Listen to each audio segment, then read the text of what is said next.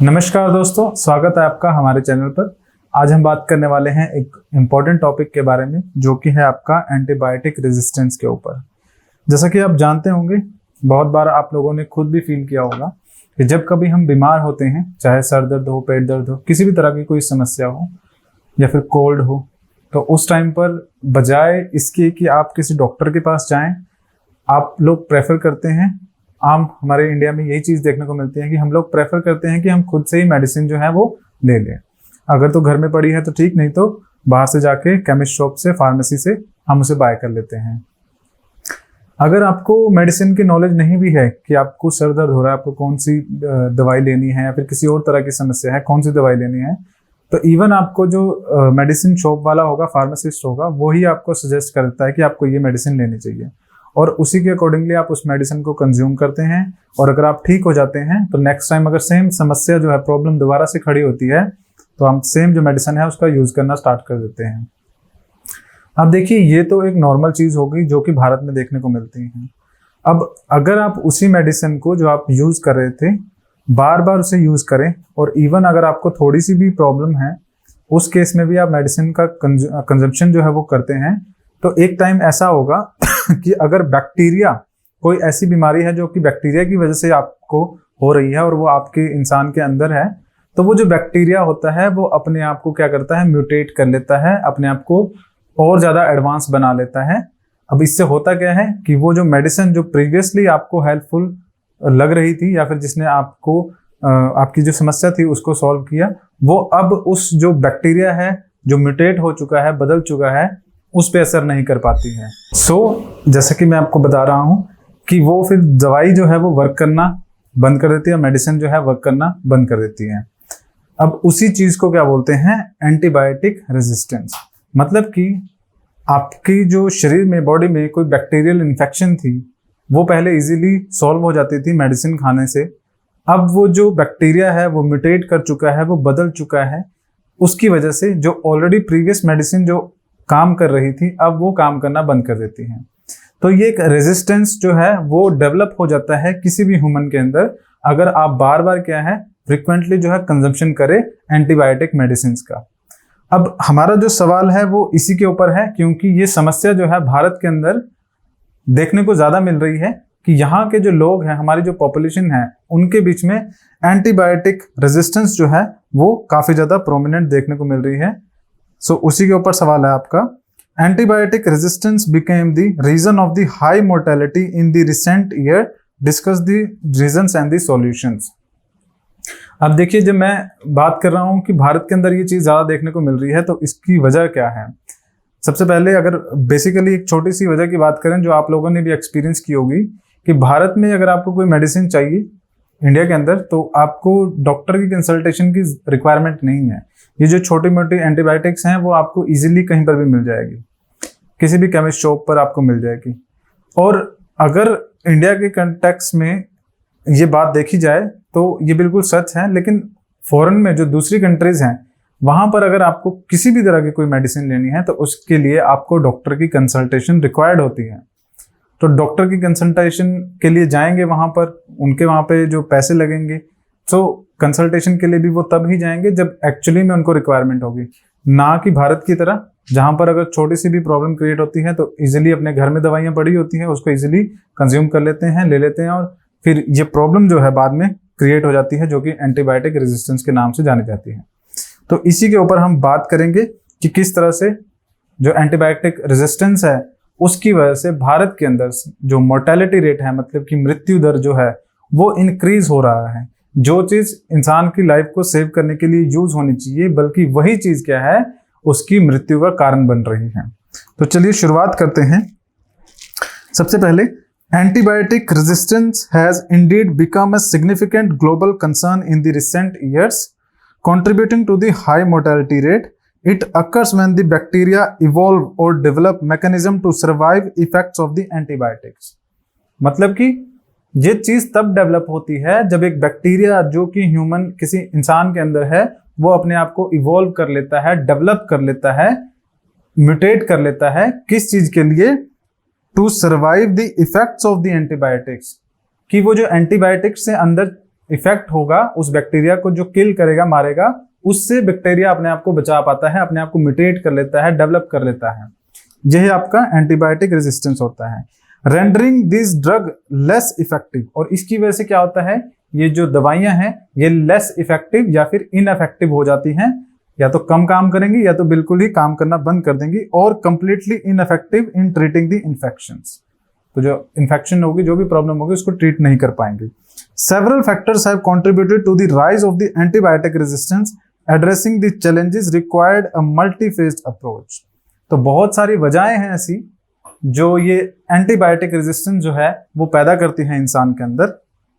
सबसे पहला रीजन अगर हम देखें, over use and miss use of the antibiotics, जो मैंने आपको स्टार्टिंग में एग्जांपल दिया था कि छोटी सी भी प्रॉब्लम अगर होती है तो उस केस में क्या है, हम इंडियंस जो है वो दवाइयों का कंजम्पशन करते हैं, मेडिसिन का कंजम्पशन करते हैं, बल्कि इस चीज के बजाय कि हम अपनी बॉडी को ही जो है वो रेजिस्टेंस ऑटोमेटिकली नेचुरली वो प्रोवाइड करें। ओवर यूज करेंगे मतलब कि थोड़ी सी भी समस्या होगी तो मेडिसिन, एंटीबायोटिक तो घर में मिल ही रही है तो इजीली उसे ले लेंगे, या तो दुकान से जाके ले आएंगे उस वजह से। और मिस यूज, एंटीबायोटिक्स जो है ना उसकी जरूरत भी नहीं है फिर भी उसका क्या है जो यूज है वो करेंगे। One of the primary reason of the antibiotic resistance is the excessive use and inappropriate prescribing of the antibiotics. These include the unnecessary prescription of the antibiotics for viral infection, patient demand for the antibiotics when they are not needed, and the use of antibiotic in agriculture and the livestock production। कि patient जो होते हैं उनको required भी नहीं होती है antibiotics की, फिर भी क्या है वो जो आजकल, मैं तो सिर्फ आपको जो ये बात बता रहा हूँ ये आपकी नॉर्मल पॉपुलेशन की बात की जा रही है, बट अगर मेडिकल फील्ड में भी बात की जाए तो डॉक्टर जो प्रिस्क्राइब करते हैं वहां पर भी क्या होता है, पेशेंट को जल्दी रिलीव के लिए कि उसको जल्दी से जल्दी समस्या जो है उसका समाधान हो, तो बहुत सारे मेडिकल प्रैक्टिशनर भी क्या करते हैं, अननेसेसरी जो आपकी एंटीबायोटिक्स है वो रिकमेंड करते हैं। अब आपको स्ट्रॉन्ग एंटीबायोटिक्स रिकमेंड की जाएगी डॉक्टर के द्वारा, आप किसी छोटे मोटे जो ड्रग है उससे भी ठीक हो सकते थे, लेकिन आपको स्ट्रॉन्ग एंटीबायोटिक्स डॉक्टर के द्वारा रिकमेंड की जाती है, वो इसलिए ताकि आपको जल्दी जो है रिलीफ मिले। आपकी बॉडी को मौका ही नहीं मिला कि वो बैक्टीरिया था उसके खिलाफ खुद से एक नेचुरल जो इम्यूनिटी है उसको डेवलप कर पाए। तो एक ये रीजन बनता है जो आपका रेजिस्टेंस होता है उसके लिए। नेक्स्ट अगर बात करें, नेक्स्ट है आपका lack of antibiotics. The development of the new antibiotics has shown down significantly recent decades। अब देखिए इसका मतलब क्या है कि ऑलरेडी अगर कोई ह्यूमन है उसकी अगर बॉडी जो है वो एंटीबायोटिक्स के खिलाफ उसकी रेजिस्टेंस जो है वो डेवलप हो जाती है। मान लीजिए कोई नॉर्मल एंटीबायोटिक की बात करें, अजिथ्रोमाइसिन की बात करें, तो ये जो मेडिसिन है इसके लिए आपके शरीर में एक रेजिस्टेंस डेवलप हो गया, वो चीज हम मान गए कि अब तो वो पास हो ही चुका है तो हम कुछ कर नहीं सकते, रेजिस्टेंस डेवलप हो गया। लेकिन अगर कोई न्यू एंटीबायोटिक्स जो है वो अगर डेवलप ना की जाए तो हमारे पास ऑप्शंस ही नहीं होंगे। आप अजिथ्रोमाइसिन या कोई भी ऐसी एंटीबायोटिक्स है उसको कंटिन्यूसली कंज्यूम करते रहिए लेकिन कोई इफेक्ट नहीं पड़ेगा। तो एक रेजिस्टेंस की वजह से क्या हो रहा है, या फिर जो रेजिस्टेंस डेवलप हुई उसकी वजह से मोर्टेलिटी रेट बढ़ा। क्यों? क्योंकि लैक ऑफ न्यू एंटीबायोटिक्स जो है वो होना शुरू हो गया है कि नई कोई एंटीबायोटिक्स डेवलप नहीं हो रही है, जो ऑलरेडी पुरानी वाली है वही चली जा रही है, कॉन्टिन्यूसली उसका कंजम्पशन किया जा रहा है और जिसकी वजह से ये रेजिस्टेंस जो है वो डेवलप हो रही है। Pharmaceutical companies face challenges in the research and development of the new drugs due to high cost, low profitability and regulatory hurdles। और इसकी वजह से क्या करते हैं, वो कोई न्यू एंटीबायोटिक्स जो डेवलप करने में ज़्यादा रिसर्च एंड डेवलपमेंट नहीं करते हैं, कॉस्ट आपकी पैसा नहीं लगाते हैं, तो ऑलरेडी जो पुराने एंटीबायोटिक्स है वही मार्केट में कंटिन्यूसली देखने को मिलेगी। उसके बाद तीसरा जो रीजन है वो क्या है, global travel and the migration. इसका मतलब क्या है कि मान लीजिए एक कंट्री है, वहां पर क्या है, ये एंटीबायोटिक रेजिस्टेंस काफी ज्यादा प्रिवेल कर रही है, काफी ज्यादा बढ़ गई है। हम इंडिया का एग्जांपल लेके चलेंगे क्योंकि एक आपका रिसर्च थिंक टैंक है लैंसेट के नाम से है, उन्होंने कुछ साल पहले एक स्टडी की थी जिसके अंदर उन्होंने पाया था कि भारत के अंदर जो एंटीबायोटिक जो मेडिसिन है उनके लिए जो रेजिस्टेंस है वर्ल्ड में किसी भी और कंट्री के कंपैरेटिवली वो ज्यादा देखने को मिलता है। तो यहां पर अब एक पॉइंट क्या है कि ग्लोबल ट्रैवल और माइग्रेशन, तो मैं भारत का एग्जांपल लेके चल रहा हूं क्योंकि भारत में ये चीज देखने को मिलती है। अब भारत में रेजिस्टेंस ज्यादा है। अब यहां से जो पर्सन्स हैं वो जानते भी हैं आपकी बहुत सारी माइग्रेशन जो है अदर कंट्रीज में देखने को मिल रही है, चाहे कनाडा हो, ऑस्ट्रेलिया हो, इंग्लैंड हो, अमेरिका हो, बहुत सारी कंट्रीज में ये माइग्रेशन इंडिया की तरफ से जो है वो लोग जा रहे हैं। तो ये जो एंटीबायोटिक रेजिस्टेंस जो इन लोगों के अंदर डेवलप हो गई थी, जो भारत के लोग थे, अब ये माइग्रेशन के थ्रू बाहर ट्रेवल कर रही हैं, बाहर की कंट्रीज में जो है वो जो है ट्रेवलिंग के थ्रू, पर्सन्स के थ्रू जा रही हैं। और वो चीज जो क्या है, एंटीबायोटिक रेजिस्टेंस जो है उन कंट्रीज में भी अब ज्यादा बढ़ चढ़कर वहां पर प्रिवेल करेगी, वहां पर ये ज्यादा देखने को मिलेगी। तो increase global travel and migration facilitate the spread of the antibiotic resistant bacteria across the borders. People can acquire resistant infection in one country and unknowingly carry them to the another. Simple कि अगर मान लीजिए आपके अंदर body में जो bacteria है वो डेवलप कर गया, इवॉल्व कर गया और वो जो रेजिस्टेंस है उसने पैदा कर ली उन मेडिसिन के लिए जो कि आपकी कंट्री में बिक रही थी, तो आपके अंदर रेजिस्टेंस पैदा होगी। अब आप माइग्रेट करके किसी दूसरी कंट्री की तरफ को जब आप बाहर जाएंगे तो आप उस बैक्टीरिया को कैरी करके लेके जा रहे हैं जो पर्टिकुलर ड्रग्स के लिए रेजिस्टेंस जो है पैदा कर चुका है, ऑलरेडी डेवलप हो चुका है, तो आप उस बैक्टीरिया को दूसरी कंट्री में लेके जा रहे हैं। अब बैक्टीरियल इन्फेक्शन आपसे किसी और को हो सकती है, तो जिसको वो होगी ऑब्वियसली उसके अंदर भी वो रेजिस्टेंस पैदा हो जाएगी क्योंकि बैक्टीरिया जो है आपसे किसी और को चला गया। तो एक रीजन ये बढ़ता है माइग्रेशन की वजह से, जो रेजिस्टेंस है वो एक कंट्री से दूसरी कंट्री की तरफ जाती है। उसके बाद बात करें insufficient infection prevention and control measures, in adequate hygiene practices, poor sanitation and lack of infection prevention control measures in the healthcare setting contribute to the transmission of the resistant bacteria. This result in the increased infection rate and challenging in treating these infection. कि ये जो treatment जो resistance है ये infection की वजह से भी पैदा होता है। किस वजह से? इनसफिशिएंट इन्फेक्शन प्रिवेंशन, मतलब कि जो गंदे नाली होंगे, गंदा एरिया होगा जहां पर बैक्टीरिया डेवलप करता है, जैसे कि आप इस पिक्चर में देख पा रहे होंगे, गंदी नाली है जहां पर इसी नाली के पानी के साथ जो बच्चे हैं वो नहा रहे हैं, खेल रहे हैं। तो ये पानी के अंदर क्या है, वो बैक्टीरिया डेवलप हो चुका है जो ड्रग्स के लिए रेजिस्टेंट है। तो वो बैक्टीरिया क्या है, इस पानी के थ्रू, गंदे पानी के थ्रू इन बच्चों में जाएगा और फिर उसके अंदर एंटीबैक्टीरियल रेजिस्टेंस पैदा करेगा और बच्चों के थ्रू बाकी जो दूसरी कम्युनिटी में जो दूसरे लोग हैं उनके पास जाएगा।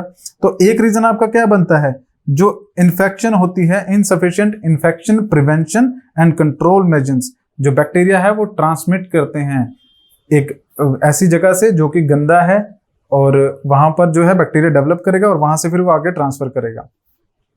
लास्ट अगर आगे बात करें environmental factors, antibiotic resistance can also be contributed to environmental factors such as the release of antibiotic resistant bacteria into water bodies, soil, agriculture system. This can lead to the spread of resistance genes in the environmental and further contribute to the problem. कहने का मतलब कि environmental factors कुछ इस तरह के bacteria जो resistance पैदा कर चुके हैं एंटीबायोटिक्स के लिए, वो आपकी वाटर बॉडीज जो होगी, मतलब पानी के जो स्रोत हैं उनमें, या फिर मिट्टी के अंदर, सॉइल के अंदर, एग्रीकल्चर जो आपकी फील्ड्स हैं उनके अंदर ट्रांसमिट कर जाएंगे ये आपके जो बैक्टीरिया हैं। अब ये सब चीजें होती हैं जब आपकी इंडस्ट्रीज जो हैं, जो इंडस्ट्रीज है जो पोल्यूट करती है वाटर को, एयर को, उनसे ये बैक्टीरिया निकलते हैं और इन सब चीजों को, पानी को, जमीन को, एयर को पोल्यूट करती हैं। अब देखिए एक चीज समझने वाली क्या है कि अगर आप देखेंगे तो सरकारें जो होती हैं, किसी भी देश की जो सरकार होती हैं, उन सभी गवर्नमेंट्स के पास कुल मिलाकर 4-5 काम ही होते हैं जो उन्हें करने होते हैं। जैसे कि बात करें, एक शिक्षा की बात करें, हेल्थ की बात करें, डिफेंस की बात करें, यही कुछ 4-5 काम होते हैं। बट उन 4-5 कामों को भी करने में वे सक्षम नहीं होती है, तो ये 4-5 काम ही वो नहीं कर पाती हैं। उनमें से ये काम आपका ये है जो इन्वायरमेंटल फैक्टर्स वाली हम बात कर रहे हैं, कि जो गवर्नमेंट्स हैं उनको इंश्योर करना चाहिए कि ये जो इंडस्ट्रीज है, फैक्ट्रीज हैं, या फिर कोई भी और ऐसा तरीका जिससे क्या है बैक्टीरिया जो है पानी के अंदर, सॉइल के अंदर या फिर एयर के अंदर मिल रहे हैं, उसको रोका जाए। तो ये गवर्नमेंट का काम होता है।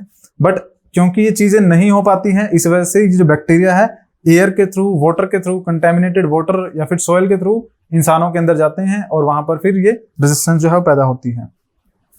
अब रीजंस तो हमने देख ली, ये सब है, लेकिन इसके सॉल्यूशंस क्या होंगे? तो बात करें सॉल्यूशन की, यहां पर पहला है promote responsible use of the antibiotics by reducing the by educating the health care professional and the general public about the appropriate use of the antibiotics. कि जो जनता है उनको समझाना पड़ेगा, एजुकेट करना पड़ेगा कि जो एंटीबायोटिक्स है उनका प्रॉपर यूज किया जाए, जब जरूरत हो तभी उसका यूज किया जाए, जब केसेस ऐसे हो कि जब आप चीजों को, मतलब जो बीमारी है वो आपकी बढ़ रही है, तब आप उस चीज को यूज करें, ना कि छोटे छोटे, अगर छोटी सी भी कुछ समस्या होती है उस केस में आप हाई जो पावर की एंटीबायोटिक्स है उनका यूज करना स्टार्ट करें। तो इसके लिए एजुकेट करना जरूरी है हेल्थ केयर प्रोफेशनल्स को भी। डॉक्टर्स भी आजकल क्या होता है कि इस प्रोफेशन के अंदर भी बहुत ज्यादा जो है प्रॉफिट को देखा जाने लगा है कि अगर आपके पास कोई मरीज आता है और उसको आपकी जो मेडिसिन हैं उनसे राहत मिलती है, तो ऑब्वियसली अगली बार कोई प्रॉब्लम होगी तो वो आपके पास ही आएगा।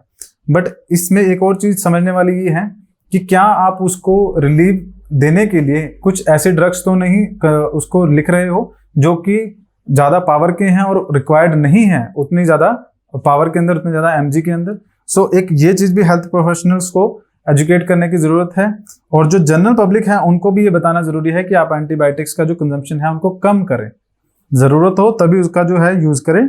डिस्करेज करना है जो लोग हैं उनको, ताकि ये इन सब चीजों का यूज ना करें।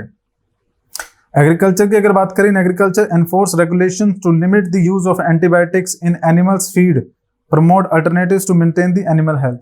जैसे एनिमल्स को दी जाते हैं एंटीबायोटिक्स ताकि वो बीमार ना पड़े, सो उनका जो क्या है रैशनल यूज होना चाहिए, लिमिट करना चाहिए, रेगुलेशन जो है सरकार को वो लेके आनी चाहिए। Strengthening the international cooperation surveillance system to monitor spread of the antibiotic resistance. कि इंटरनेशनल कम्युनिटी में, इंटरनेशनल प्लेटफॉर्म पर इस बात को उठाना चाहिए। कोऑपरेशन जो है सभी कंट्रीज का आपस में होना चाहिए, सर्विलांस होना चाहिए कि कहां पर ये समस्या बढ़ रही है, किस तरह से इसको कम किया जा सकता है। ये सब कुछ पॉइंट है जो आप मेंशन कर सकते हैं। नेक्स्ट अगर आगे बात करें, improve infection prevention and control practices in the health care facility including the proper hand hygiene, sterilisation, disinfection procedure and appropriate use of the personal protective equipment. इसका एग्जांपल हम आपको ये दे सकते हैं कि अभी आपने जो प्रीवियसली कोरोना वायरस आपका गया था, अब कोरोना वायरस इतना ज़्यादा डेडली वायरस था, बहुत सारे लोगों की उसमें जो मौत है वो हुई है, कई परिवार के पूरे परिवार जो है उनकी डेथ हो गई थी। इवन उस सिनेरियो में भी हमें कई एग्जाम्पल ऐसे देखने को मिले थे न्यूज़ चैनल्स पे, टीवी पे, जहां पर हम ये देख पा रहे थे कि एक इंजेक्शन जो जब वैक्सीनेशन की जा रही थी तो एक इंजेक्शन जो ऑलरेडी एक पेशेंट को यूज किया जा रहा है, सेम इंजेक्शन जो दूसरा पेशेंट है उसको भी यूज किया गया। तो जब ऐसी इतनी बड़ी जो एंडेमिक आई थी आपकी, उस टाइम पर भी जब ये चीजें जो हेल्थ केयर प्रोफेशनल्स हैं कुछ केसेस में फॉलो नहीं कर पा रहे थे, हाइजीन को मेंटेन नहीं कर पा रहे थे, स्टरलाइजेशन प्रॉपर नहीं हो रही थी, डिसइंफेक्शन जो प्रोसीजर थे उनको प्रॉपरली फॉलो नहीं किया जा रहा था, तो आप सोच के देखिए कि नॉर्मल सर्कमस्टांसेस में चीजें किस तरह से वर्क करती होंगी।